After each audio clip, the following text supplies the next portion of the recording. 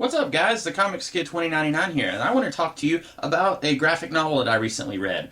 Godzilla, Kingdom of Monsters, Volume 1. This is the first 4 issues of an ongoing series called Kingdom of Monsters, written by Eric Powell and drawn by Phil Hester. And I want to go ahead and talk about the art. The art is, in my opinion, the best thing about this book. But I've always been a fan of Phil Hester, ever since, I guess, that run of Green Arrow comics that he did with Kevin Smith. That was probably the first time I encountered his artwork. I've always liked it because it reminds me a lot of the DC animated universe. A very angular, simple style, but it's very cartoony, and that's why I like it, because I like that kind of style. And that's present throughout this entire book, and I felt like it was very good, very effective of getting across what needs to be gotten across, but it's not too complicated, not too busy or anything like that. But that was, in my opinion, the best thing about this book. Unfortunately, that means that overall, this book is not very good.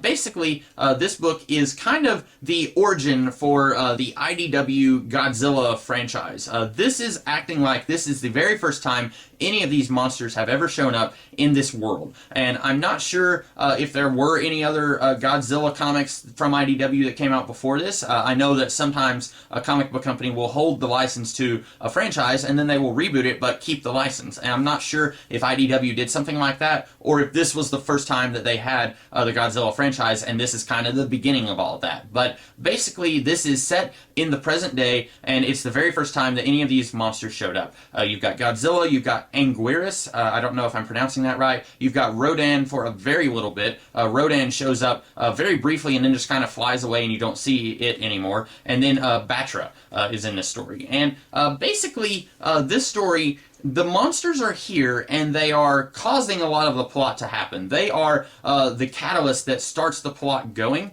but I don't feel like the monsters are overly present in this story. And sometimes I feel like that's a very difficult tightrope to walk. You don't want the monsters to be too present because then it's just a series of explosions and fight scenes between these forces of nature that don't really have personalities. And you want some kind of actual human character to focus your story on so that you can have an actual character. But at the same time, you don't want it to have too many human characters. You don't want the monsters to be so far in the background that the thing you came to read about, giant monsters destroying cities, is completely absent because you're focusing too much on the human characters. And I'm afraid that this book veers a little bit in that direction. We've got a lot of human characters in this book. In fact, this is 4 issues long. By the time you get to issue 4, this story is still introducing new characters. There's this soldier guy who is basically the wise guy who says that humans are dirtbags and we don't deserve to live and our society is garbage and stuff like that.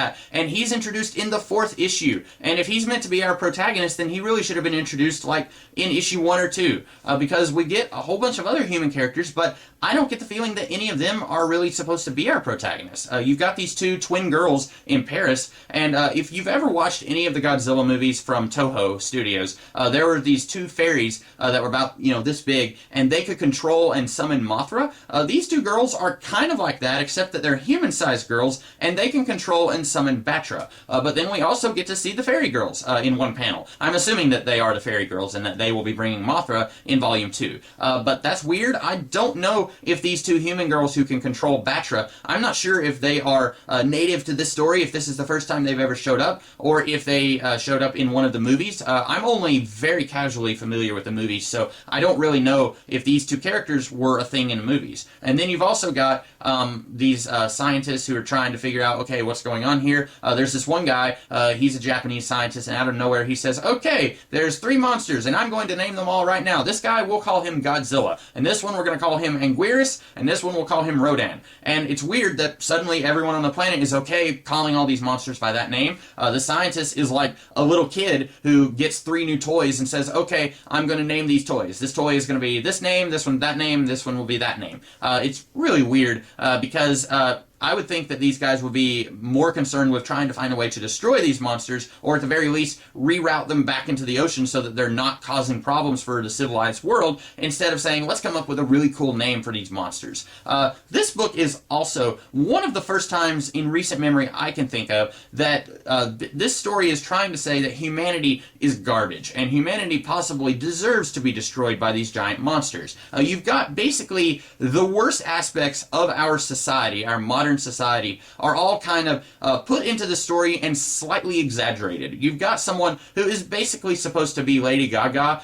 She's a musical performer, and every time she's on stage, she's singing something that sounds a lot like a Lady Gaga song, but then she dresses up like Godzilla, and she says humans deserve it. They don't deserve to live, and these monsters, basically, she's comparing them to animals. She's saying, you know, you wouldn't cry if a lion attacks an antelope. In the same way, you shouldn't cry that Anguirus is destroying this small Texan village. And so she's saying that these monsters deserve to take over the planet. And then you've also got this guy who is basically supposed to be President Obama, but they call him President Ogden. And at first, I was a little bit amused by this, because he's talking about how all these people, they are accusing him of trying to brainwash babies and turn them into Muslim superweapons. And it's kind of amusing. At one point he says, that doesn't even make sense. Babies can't vote. Why would I do that? It's a little bit amusing, but then throughout this entire story, his only purpose is there to say, hey, they're making fun of me. They're saying mean things about me. Like at one point, there's this guy who says that President Ogden doesn't care about Asian people. And it's very similar to when Kanye West was on Saturday Night Live with Mike Myers, and he said that George Bush doesn't care about black people.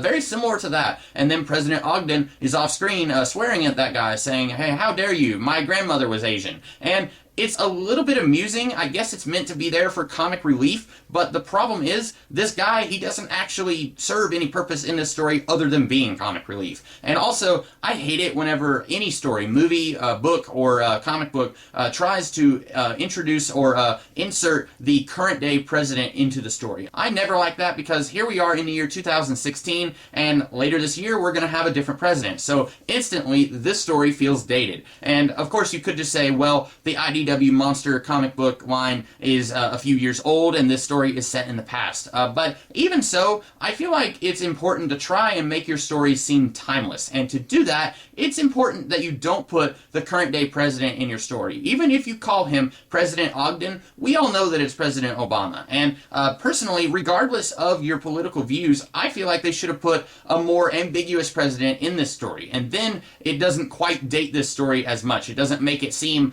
instantly as old as what it actually is. And then also you've got the cast of the Jersey Shore, and again, they're called Jerseyfied. They're not called the Jersey Shore, but it's straight up implied that it's the Jersey Shore. In fact, there's one of these characters who very much looks like Snooki, and then this soldier, he sees all the characters from Jerseyfied. They're like in a car, kind of hanging from a building, sort of, and they're all like, hey, help us, you need to save us, we're stuck in this car. And then he's just like, nah, I'm not going to do that. And then he walks away, and then they all die. And that's the end of Volume 1. Do I recommend this book? Absolutely not.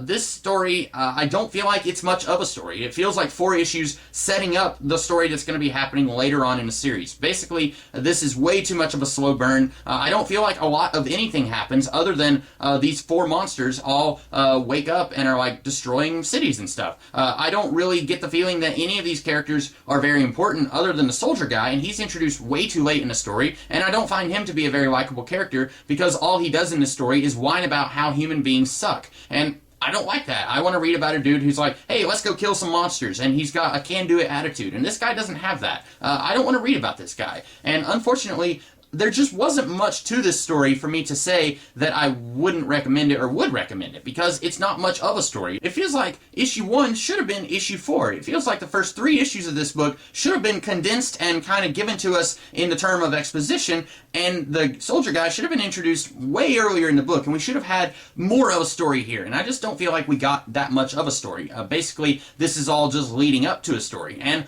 I don't want to pay for Volume 2 because I feel like I got cheated with Volume 1.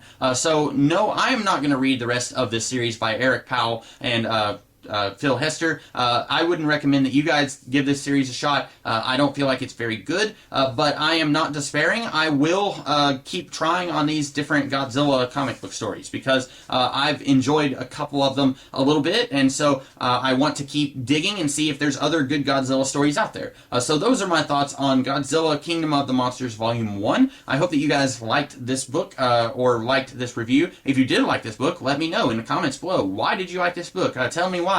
And if you did like this video, be sure to like, share, comment, and subscribe. And I will be back later in the week with some other videos. So I will see you guys in the future. Have a great rest of your day. Catch you later.